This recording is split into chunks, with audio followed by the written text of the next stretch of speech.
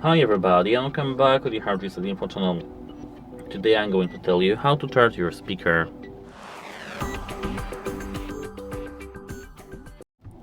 The only way to do so is using our power adapter power brick. We can charge using our phone because this speaker supports the power reverse charging actually. So, at first you have to prepare a cable that fits into your charger and your speaker. From it USB Type-C, and we have to plug this speaker straight into our charging port, which is over here.